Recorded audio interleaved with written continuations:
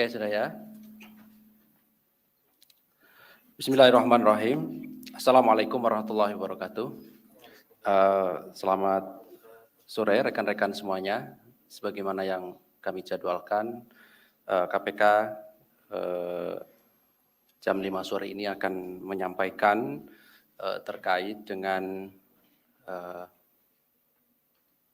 perkembangan hasil kegiatan tangkap tangan sebagaimana tadi pagi kami sudah sampaikan. KPK melakukan kegiatan tangkap tangan di Sumatera Selatan. Setelah dilakukan permintaan keterangan terhadap pihak-pihak yang diamankan dan kemudian gelar perkara, maka disimpulkan hasil dari kegiatan tangkap tangan dimaksud, dan sore hari ini kami akan sampaikan kepada masyarakat melalui teman-teman media semuanya. Hadir sore hari ini pimpinan Pak Alek dan juga Pak Direktur Penyidikan Pak Setio Budi. Nanti setelah poin-poin dibacakan oleh pimpinan, berikutnya nanti kami akan tunjukkan barang bukti dari hasil tangkap tangan dimaksud. Setelahnya kami persilahkan teman-teman untuk bertanya terkait dengan perkara ini. Ya. Jadi kami silahkan khusus untuk perkara kegiatan tangkap tangan yang kami lakukan kemarin hari Jumat. Baik, kami silahkan Pak Alek untuk menyampaikan beberapa poin perkembangan mengenai kegiatan tangkap tangan dimaksud. Kami silakan, Pak. Ya, terima kasih. Ya, KPK pada hari Jumat kemarin, tanggal 15 Oktober tahun 2021 sekitar pukul 11.30 setengah 12 siang, tim KPK telah mengamankan 6 orang di wilayah Musi, Banyu Asin, Sumatera Selatan, dan sekitar jam 8 malam, tim KPK juga mengamankan 2 orang di wilayah Jakarta, yaitu sebagai berikut. DRA, Bupati Musi Banyuasin, periode 2017-2022, HM, Kepala Dinas PUPR Kabupaten Musi Banyuasin, EU, Kepala Bidang SDA Sumber Daya Air, garis miring PPK, Pejabat Pembuat Komitmen Dinas PUPR Kabupaten Banyuasin, SUH, ini swasta, Direktur PT Selaras Simpati Nusantara, IF, Kepala Bidang Preservasi Jalan dan Jembatan Dinas PUPR Kabupaten Banyuasin, MRD, ini Ajudan Bupati, BRZ, ini staf ahli Bupati, dan AF, Kabid Pembangunan Jalan dan Jembatan Dinas PUPR. Adapun kronologis kegiatan tangkap tangan adalah sebagai berikut. Pada hari Jumat, tanggal 15 Oktober tahun 2021, tim KPK menerima informasi akan adanya dugaan penerimaan sejumlah uang oleh penyelenggara negara yang disiapkan oleh SUH yang nantinya akan diberikan pada DRA melalui HM dan EU. Selanjutnya dari data transaksi perbankan diperoleh informasi adanya transfer uang yang diduga berasal dari perusahaan milik SUH kepada rekening bank milik salah satu keluarga EU. Setelah uang tersebut masuk di rekeningnya keluarga EU, lalu dilakukan penarikan secara tunai oleh keluarga EU tersebut untuk kemudian diserahkan kepada EU. EU lalu menyerahkan uang tersebut kepada HM untuk diberikan kepada DRA. Tim selanjutnya bergerak dan mengamankan HM di salah satu tempat ibadah di Kabupaten Muba, Musi Banyuasin. dan ditemukan uang sejumlah 270 juta rupiah yang dibungkus kantong plastik. Tim selanjutnya mengamankan EU dan SUH serta pihak terkait lainnya dan dibawa ke Kejaksaan Tinggi Sumatera Selatan untuk dilakukan permintaan keterangan. Di lokasi yang berbeda di wilayah Jakarta, tim kemudian juga mengamankan DRA di salah satu lobi hotel di Jakarta yang selanjutnya DRA dibawa ke Gedung Merah Putih KPK untuk dimintai keterangan. Dari kegiatan ini, tim KPK selain mengamankan uang sejumlah 270 juta rupiah, juga turut diamankan uang yang ada pada MRD, yaitu Ajudan Bupati, sejumlah uang sebesar 1,5 miliar rupiah. Setelah dilakukan pengumpulan berbagai bahan keterangan terkait dengan dugaan tindak pidana korupsi dimaksud, KPK melakukan penyelidikan yang kemudian ditemukan adanya bukti permulaan yang cukup. Sehingga KPK meningkatkan status perkara ini ke tahap penyidikan dengan mengumumkan 4 tersangka sebagai berikut. DRA, Bupati Musi Banyuasin, periode 2017 sampai dengan 2022. HM, Kepala Dinas PUPR Kabupaten Musi Banyuasin. EU, Kepala Bidang SDA _PPK Dinas PUPR Kabupaten Musi Banyuasin. Dan SUH, swasta, yaitu Direktur PT Selaras Simpati Nusantara. Adapun konstruksi perkara diduga telah terjadi sebagai berikut.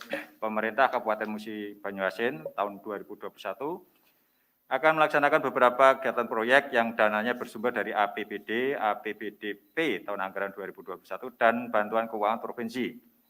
Di antaranya pada Dinas PUPR Kabupaten Muba Musi Banyuasin. Untuk melaksanakan berbagai proyek dimaksud diduga telah ada arahan dari dan perintah dari DRA kepada HM, EU, dan beberapa pejabat lain di Dinas PUPR Kabupaten Musi Banyuasin agar dalam proses pelaksanaan lelangnya direkayasa sedemikian rupa.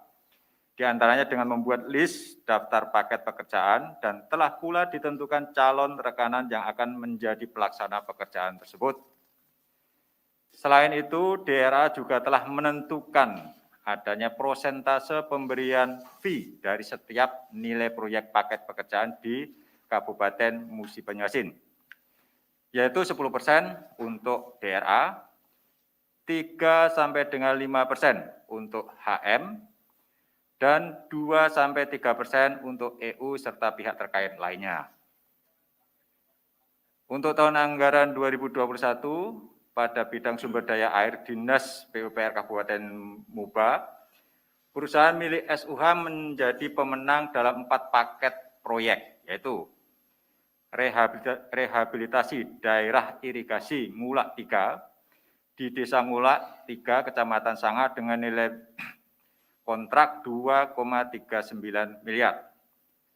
Peningkatan jaringan irigasi DIR Epil dengan nilai kontrak 4,3 miliar. Peningkatan jaringan irigasi DIR Muara Teladan dengan nilai kontrak 3,3 miliar. Dan normalisasi Danau Ulak Ria Kecamatan Sekayu dengan nilai kontrak 9,9 miliar.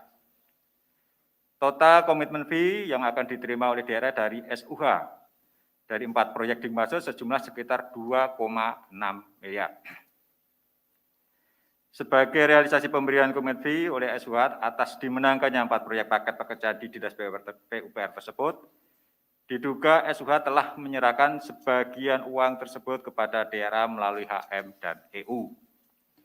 Atas perbuatan tersebut, para tersangka disangkakan melanggar pasal sebagai berikut. SUH, selaku pemberi disangkakan melanggar pasal 5 ayat 1 huruf A atau pasal 5 ayat 1 huruf B, atau pasal 13 Undang-Undang Republik Indonesia nomor 31 tahun 1999 tentang pemberantasan tindak pidana korupsi, sebagaimana telah diubah dengan Undang-Undang nomor 20 tahun 2001 tentang perubahan atas Undang-Undang nomor 31 tahun 1999 tentang pemberantasan tindak pidana korupsi. DRA, HM, dan EU selaku penerima disangkakan melanggar pasal 12 huruf A atau pasal 12 huruf B atau pasal 11 Undang-Undang nomor 31 tahun 1999 tentang pemberantasan tindak pidana korupsi, sebagaimana telah diubah dengan Undang-Undang nomor 20 tahun 2001 tentang perubahan atas Undang-Undang Nomor 31 Tahun 99 tentang pemberantasan tindak pidana korupsi, junto pasal 55 ayat 1 ke 1 KUHP. Untuk keperluan proses penyidikan, tim penyidik melakukan upaya paksa penahanan kepada para tersangka untuk 20 hari pertama. Terhitung mulai hari ini tanggal 16 Oktober tahun 2021 sampai dengan 4 November 2021 di rutan KPK sebagai berikut. DRA ditahan di rutan KPK Kapling C1. HM ditahan di rutan KPK pada Pomdam Jaya Guntur. EU ditahan di rutan KPK Gedung Merah Putih, dan SUH ditahan di rutan KPK Gedung Merah Putih. Untuk tetap menjaga dan menghindari penyebaran COVID-19 di lingkungan rutan KPK, para tersangka akan dilakukan isolasi mandiri selama 14 hari di rutan masing-masing. KPK berterima kasih atas dukungan masyarakat, pihak kepolisian, daerah, dan Kejaksaan Tinggi Sumatera Selatan yang turut membantu kelancaran kegiatan tangkap tangan ini. Untuk kesekian kalinya, teman-teman, suap terkait dengan pengadaan barang dan jasa kembali terjadi. Ini sudah berulang kali kami mengingatkan kepada kepala daerah dan juga kepada pengusaha-pengusaha di daerah dalam pelaksanaan proyek agar tidak terjadi atau menghindari suap dalam pelaksanaan proyek tersebut. Ya. Ada dugaan kenapa ada pengaturan seperti itu dan ada suap. Ini HPS-nya biasanya kalau dari perencanaannya sudah direncanakan nanti siapa pemenangnya, itu HPS-nya biasanya ditinggikan. Ya. Sehingga sudah memperhitungkan fee tertentu yang nanti akan diberikan kepada pejabat di daerah, selain untuk keuntungan perusahaan. Tadi kita baca, ada sekitar 15% fee, ya, itu minimum yang diterima oleh para pejabat di Musi Banyuasin. Ya. Kalau ditambah keuntungan perusahaan sekitar 15%, kemudian dikurangi PPN 10%, artinya apa? Dari nilai proyek itu hanya Rp60 yang untuk pekerjaan. Kalau nilai kontraknya itu Rp100. Hanya Rp60. Itu tadi rinciannya. Fee 15%, keuntungan perusahaan 15%, plus PPN 10%. Itu sudah 40% sendiri. Ya. Nah, ini tentu berdampak besar terhadap kualitas pembangunan dari infrastruktur sendiri. Pasti itu. Ya. Makanya dalam kesempatan ini, sekali lagi, kami KPK berharap tidak ada lagi kegiatan suap menyuap dalam pelaksanaan kegiatan pengadaan barang dan jasa, utamanya pembangunan infrastruktur, agar pembangunan infrastruktur itu dapat berjalan dengan baik, berkualitas baik, yang tentu saja itu hasilnya pasti akan dinikmati oleh masyarakat. Saya kira itu yang bisa kami sampaikan. Silakan nanti kalau ada yang ditanyakan. Terima kasih. Baik, terima kasih Pak Alek yang telah menyampaikan beberapa poin terkait dengan perkembangan kegiatan tangkap tangan di Kabupaten Muba, Sumatera Selatan. Pada prinsipnya bahwa KPK telah menetapkan 4 orang sebagai tersangka dan juga dilakukan penahanan selama 20 hari pertama dengan barang bukti uang dalam bentuk rupiah 270 juta dan 1,5 miliar rupiah. Berikutnya kami tunjukkan barang bukti dari hasil kegiatan tangkap tangan dimaksud.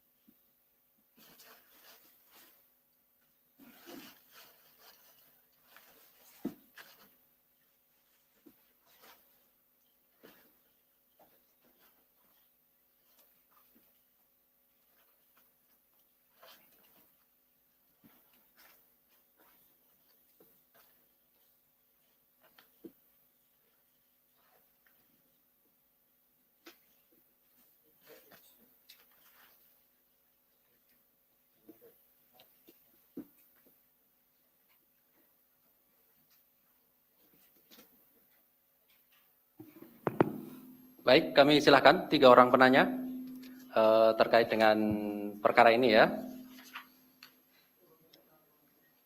Silakan.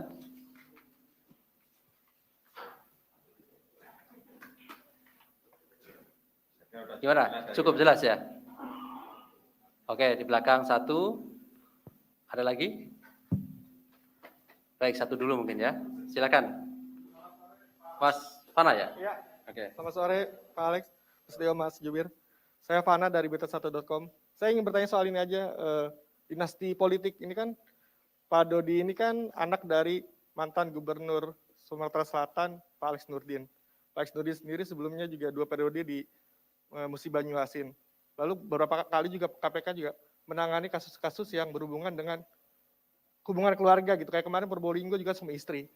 Nah, pertanyaan saya adalah, apakah memang dinasti politik itu menjadi ruang untuk terjadinya korupsi gitu? Karena mungkin ayahnya pernah menjabat di sana, lalu dia tahu celah, lalu memberitahukan kepada anaknya seperti itu, atau bagaimana? Nah, itu yang pertama. Yang kedua, ini kan bentar lagi 2024.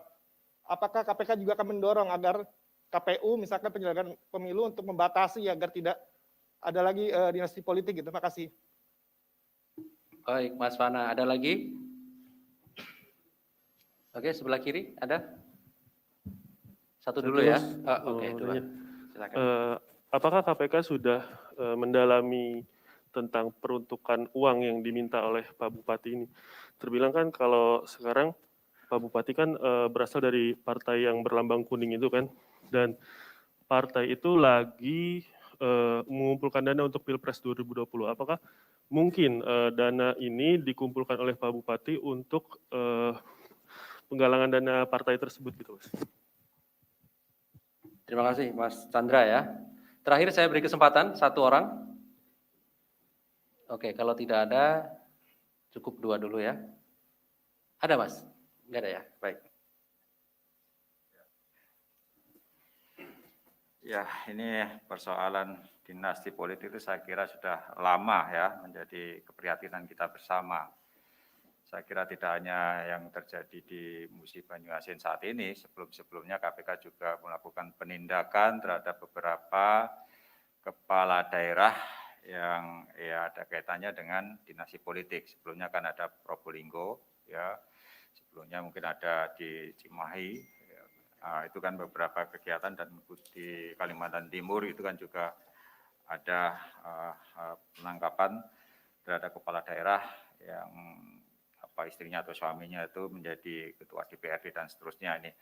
Nah, sebetulnya ada yang salah nggak sih dengan dinasti politik? Nah, dulu memang ada pembatasan, tetapi berdasarkan putusan MK kalau tidak salah itu kan akhirnya kan keikutsertaan dari keluarga petahana untuk melanjutkan sebagai kepala daerah itu dibolehkan, karena itu merupakan hak asasi setiap warga negara untuk dipilih menjadi kepala daerah atau wakil rakyat, kan seperti itu.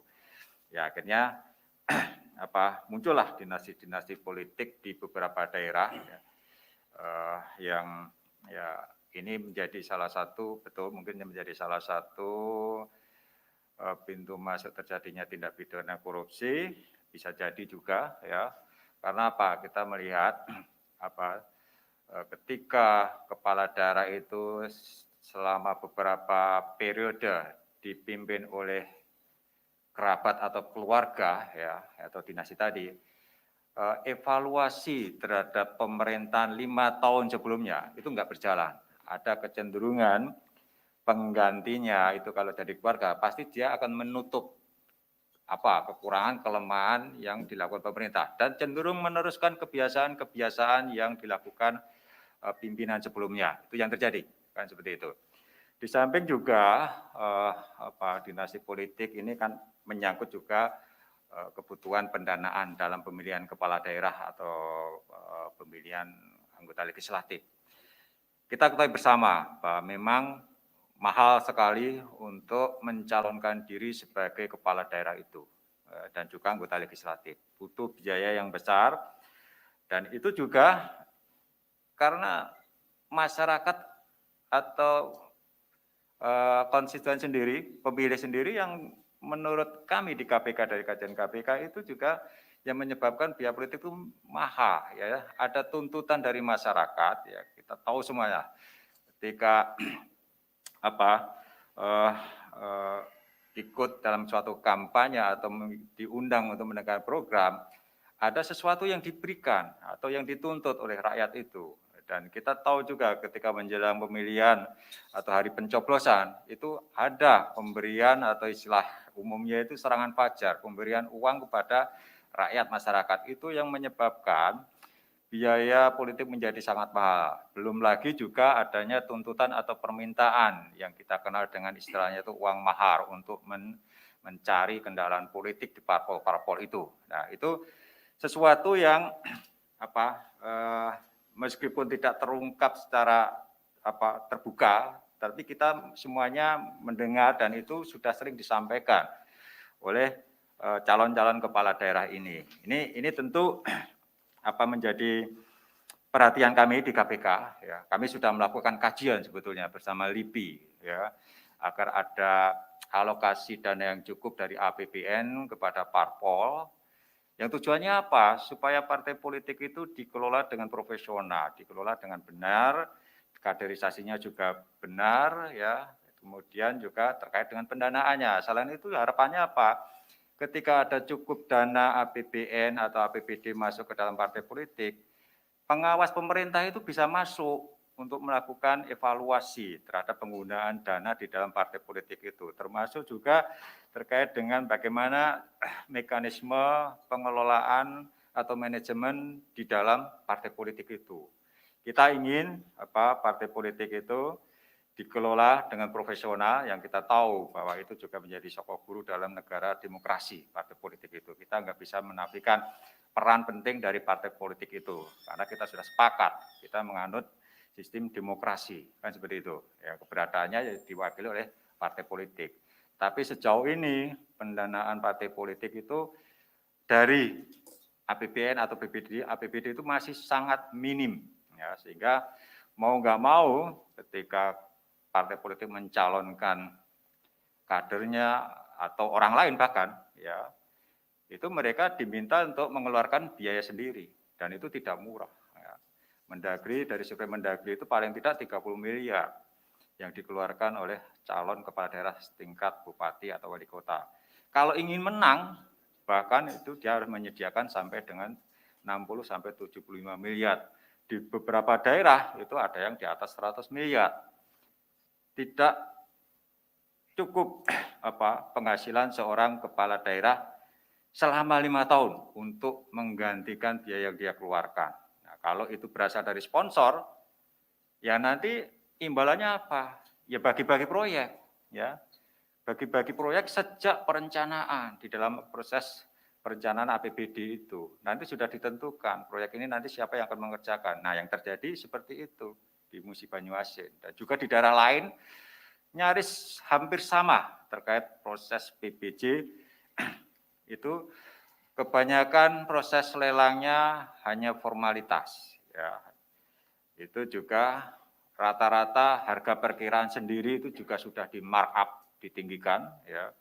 Ini tentu kami berharap, ya, PUPR, Kementerian PUPR itu bisa menjadi instansi pembina. Ini kan persoalannya kan tidak ada hubungan antara Kementerian PUPR dengan dinas PUPR di daerah, itu kan.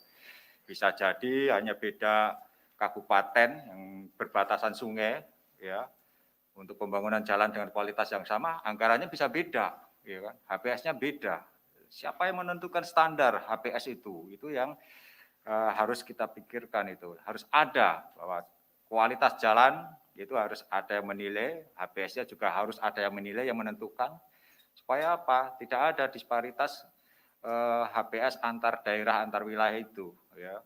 Ya kecuali kalau di wilayah Papua itu kan karena jauh gitu, sehingga materialnya banyak didatangkan dari luar provinsi, wajar. Tetapi itu tadi kalau di dalam suatu wilayah itu HPS yang antar daerah yang hanya berbatasan sungai beda, nah itu sudah menjadi suatu hal yang anomali, sangat tidak masuk akal, dan ada kecenderungan itu tadi HPS yang diatur sejak dari proses perencanaan APBD. Bagaimana pembatasan dinasti politik 2024? Ya tentu saja kami tidak bisa membatasi seorang anggota keluarga misalnya ikut dalam pilkada untuk menggantikan orang tuanya kah, atau istrinya atau suaminya yang sudah selesai menjabat. Karena apa? Putusan MK sudah jelas menyatakan bahwa hak dipilih itu adalah hak setiap warga negara. Nah, kami hanya mengimbau kepada masyarakat sekali lagi ya,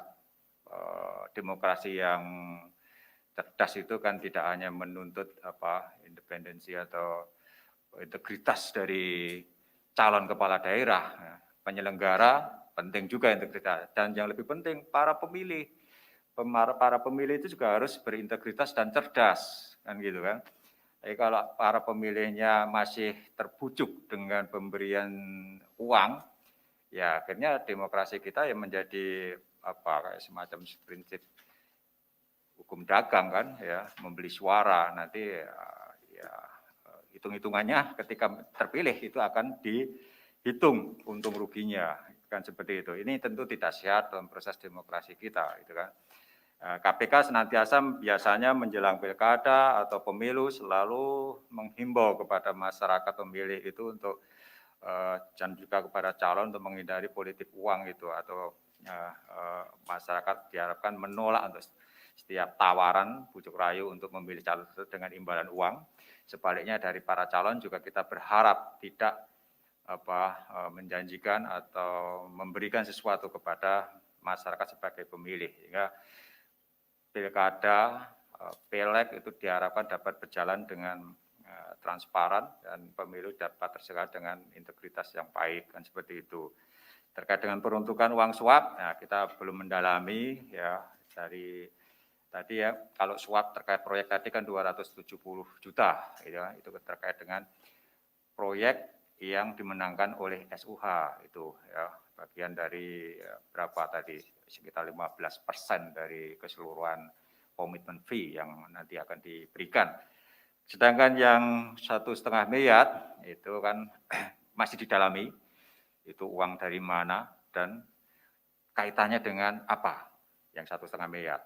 Pada yang uang yang 1,5 miliar itu kita amankan ketika melalui ajudan dari Bupati Mubah ya, yang bersangkutan ada di Jakarta, dan ketika kita lihat di kendaraan yang dibawa untuk ke KPK itu ternyata ditemukan tas warna merah tadi, dan ketika kita minta ajudannya untuk mengambil tas itu, setelah dibuka yaitu tadi isinya 1,5 miliar, itu masih didalami ya peruntukan termasuk asal uang 1,5 miliar itu dari mana, itu nanti akan didalami dalam proses penyidikan. Saya kira itu ya cukup jelas saya kira. Baik, terima kasih Pak Alek. Sudah ada ya, cukup? Pasti apa ingin atau nambahkan? Pak Didik mau nambahin? Mempertegas saja, mohon izin Pak Wakil Ketua. Jadi saya tambahkan terkait masalah uang ya, yang 1,5 ini, sebagaimana tadi penjelasan beliau sudah dua kali beliau menjelaskan bahwa uang itu diamankan dari ajudan Bupati. Artinya posisinya di Jakarta pada saat pengambilan. Nah, oleh karena itu menjadi sesuatu yang menarik buat penyidik. Berdasarkan temuan tersebut, dan nantinya akan kami dalami. Yang pertama adalah sumbernya, asalnya dari mana uang tersebut. Kemudian yang kedua adalah maksud dan tujuan uang itu dibawa, ya. Kemudian untuk apa, keperluannya atau kepentingannya. Nah, dari situ nanti mudah-mudahan kita bisa mendapatkan bukti, ya. Jadi beberapa yang tadi saya sampaikan. Itu aja. Terima kasih. Baik, terima kasih Pak Dirdik. Sudah tidak ada lagi ya, saya kira. Baik, terima kasih pimpinan Pak Alek dan Pak Didik yang hadir pada sore hari ini. Terima kasih juga kepada rekan-rekan yang hadir pada hari ini, hari Sabtu, tanggal 16 Oktober 2021. Terima kasih. Assalamualaikum warahmatullahi wabarakatuh. Pak.